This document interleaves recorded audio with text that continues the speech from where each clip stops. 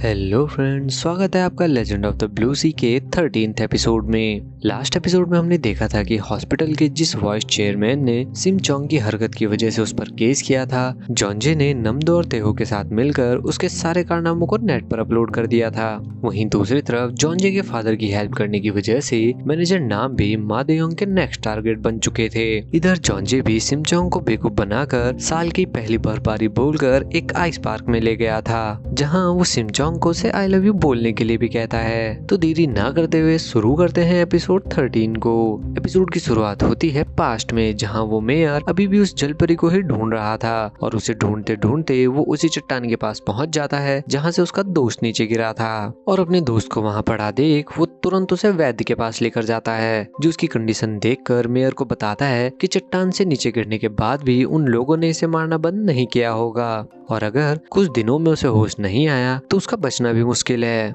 जिसके बाद scene shift होता है मेयर पर, जहां यांग अपनी वाइफ की हरकतों की वजह से उससे माफी मांगता है कि उसने मेयर के घर में आकर हंगामा किया। मेयर भी पहले उसे कुछ नहीं कहता और उसके लाए संतरे खाने लगता है और ये देखकर यांग भी उनकी बड़ाई मारने लगता है। लेकिन अचानक ही मेयर उसे बताता है कि जिस आदमी की मौत हुई थी उसने भी आखिरी बार यही खाया था। साथ ही उसे बताता है कि पहले उस आदमी की मौत के कारण का पता नहीं चल पा रहा था, लेकिन कुछ दिन बाद पता चल गया कि उसकी मौत जहर के कारण हुई थी। इतना कहते ही मेयर अपने सेनापति को भी अंदर बुला लेता है और उसके हाथ में वही जहर का पॉट था जो यांग के घर से मिला था। जिसके बाद यांग की वाइफ को दिखाया जाता है जिसे सिपाही लेकर जा रहे थे। तभी मेयर वहां आकर उससे उस जलपरी के बारे में पूछता है, लेकिन जब वो नहीं बताती तो मेयर उसे कहता है कि अगर उसने नहीं बताया तो उसे यहीं पर सबके सामने मार देगा। जिसके नेक्स्ट सीन में मेयर एक बंद कमरे की ओर जाता है, जहाँ जाकर वो देखता है कि उन्होंने उस जलपरी को वहीं पर बांध कर रखा हुआ था ताकि वो उसके आंसुओं से मोती बना सके।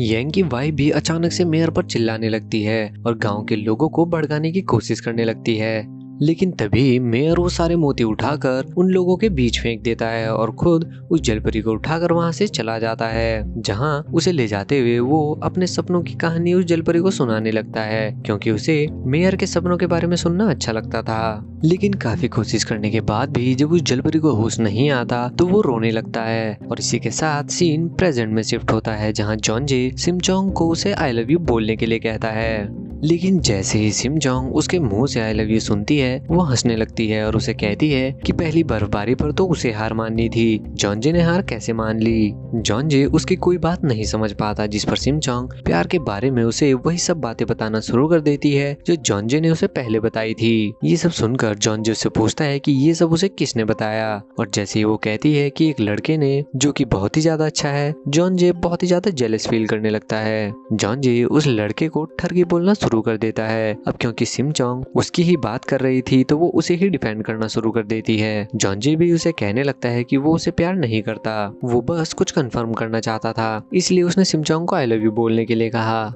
ये सुनते ही सिम चोंग भी तुरंत उसे आई लव यू बोल देती है और जॉन्जे उसकी बात का कोई जवाब नहीं दे पाता और चुपचाप वहां से जाने लगता है। सीन शिफ्ट होता है जॉन्जे के घर पर, जहां वो फिर से सिम चोंग को लेकर घर पहुंच चुका था। नमदू के पूछने पर जब वो बताता है कि वो आइस पार गए थे, ये सुनकर तेहो फिर से बड़े गुस्से से जॉन्जे को देखकर वहां से चला जाता है। जिसके बाद दिखाया जाता है जॉन्जे को, जो किसी चीज से काफी परेशान लग रहा था, जिस वजह से वो सिम चोंग को आवाज लगाता है और उसकी आवाज सुनते ही सिम चोंग भी तुरंत नीचे आकर बैठ जाती है। जॉन्जे अभी भी उस लड़के को लेकर परेशान था जिसके बारे में सिम चोंग ने उसे बताया था। जॉन्जे ये जानने के लिए बहुत ही क्यूरियस था कि क्या वो अभी भी उसके कांटेक्ट में है। साथ ही वो सिम चोंग से पूछता है कि क्या उसने उस लड़के को भी आई लव यू बोला था, और सिम चोंग के हाँ कहते ही जॉन्जे उस पर गुस्सा करना शुरू कर देता है और जबरदस्ती ऊपर भगाने लगता है। साथ ही वो इस चीज से बचने के लिए कहता है कि उसे अब काफी अच्छा लग रहा है, वरना उसे डर था कि कहीं सिम चोंग उसे पसंद न करने लगे, जबकि वो खुद सिम चोंग को पसंद करने लगा था।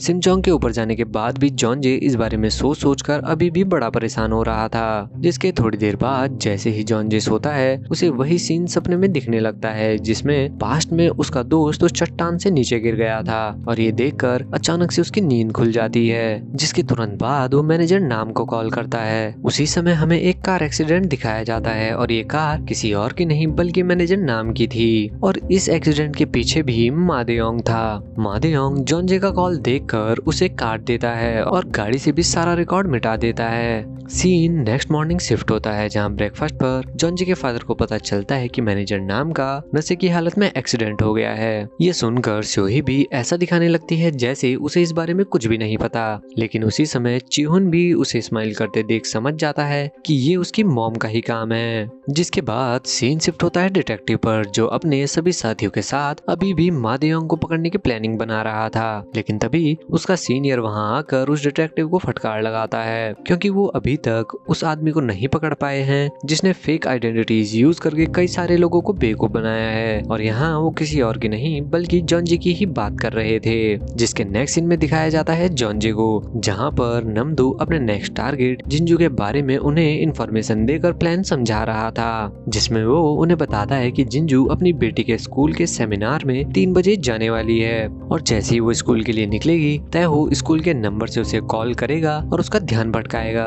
और इसी का फायदा उठाकर जॉनजे उसे अपना फेस वहां दिखाएगा और वहां मिलने के बाद जॉनजे को दूसरी बार उससे सेमिनार में मिलना होगा। नमदू अभी उन्हें ये समझा ही रहा था कि सिमचोंग भी वहां पहुंच जाती है और उसे देखते ही वो अपने काम पर जाने का बहाना बनाने लगते हैं, लेकिन सिमचोंग भी उनसे उनके काम के बारे में पूछने लगती है जिस पर जॉनजे उसे समझाने लगता है कि जब लोगों के पैसे कमाने के तरीके में कोई गड़बड़ होती है तो वो उनके पैसों को ठिकाने लगाकर उन्हें सुधरने का एक मौका देते हैं। ये सुनकर सिमचोंग भी उन्हें कहने लगती है कि इसका मतलब वो गवर्नमेंट एम्प्लॉय है और उसकी बातें सुनकर जॉनजे भी उसे कोई जवाब नहीं दे पाता। जिसके बाद वो जैसे ही अपनी गाड़ी लेकर निकलते हैं वही डिटेक्टिव भी वहाँ पहुँच जाता है जहाँ एक आदमी के घर पर क्रॉस का निशान देखकर वो सभी घरों को चेक करने लगता है। उसी बीच मादेयोंग को भी दिखाया जाता है जो सिमचोंग को घर से निकलते हुए देख उसका पीछा करने लगता है, लेकिन उसी समय उस डिटेक्टिव की नजर भी मादेयोंग पर पड़ जाती है, लेकिन वो उसे पकड़ पाते उससे पहले ही डिटेक्टिव के एक साथी के फोन बजने की वजह से मादेयोंग वहां से भाग जाता है।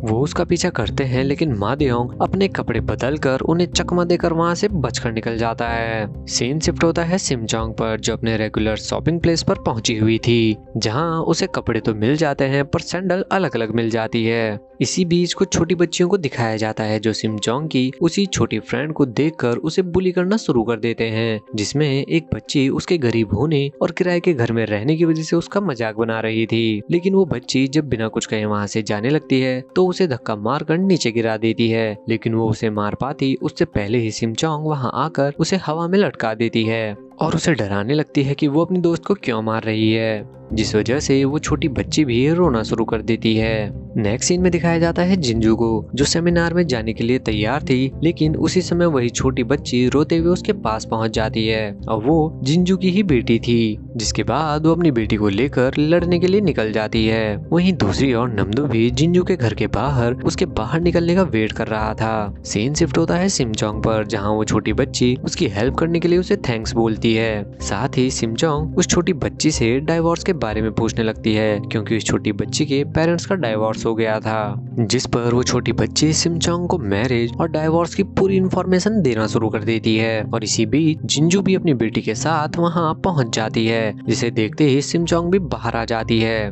जिंजू वहां आई तो थी सिमचोंग के साथ लड़ने के लिए, लेकिन वो ये देखकर हैरान हो जाती है कि सिमचोंग के सारे कपड़े अलग अलग हैं, लेकिन फिर भी वो उस पर सूट कर रहे हैं। जिंजू लड़ाई पर फोकस करने की कोशिश करती है, लेकिन फिर अचानक उसकी अलग अलग सैंडल्स देखकर वो सोच में पड़ जाती है कि उसे इस फैशन के बारे में क्यों नहीं पता। जिंजू जब इस सब में कंफ्यूज थी, सिमचोंग उसकी बेटी को आगे से उस लड़की को परेशान ना करने के लिए कहकर वहां से जाने लगती है, लेकिन जिंजू इतनी ज्यादा क्यूरियस हो जाती है कि वो सिमचोंग से उसके स्किन डॉक्टर के बारे में पूछना शुरू कर देती है और सिमचोंग भी ये सुनकर काफी ज्यादा शॉक हो जाती है। और इसी सीन के साथ ये एपिसोड भी यहीं पर खत्म हो जाता है। तो मिलते हैं लेजेंड ऑफ द ब्लू सी के नेक्स्ट एपिसोड के साथ, तब तक के लिए बाय बाय।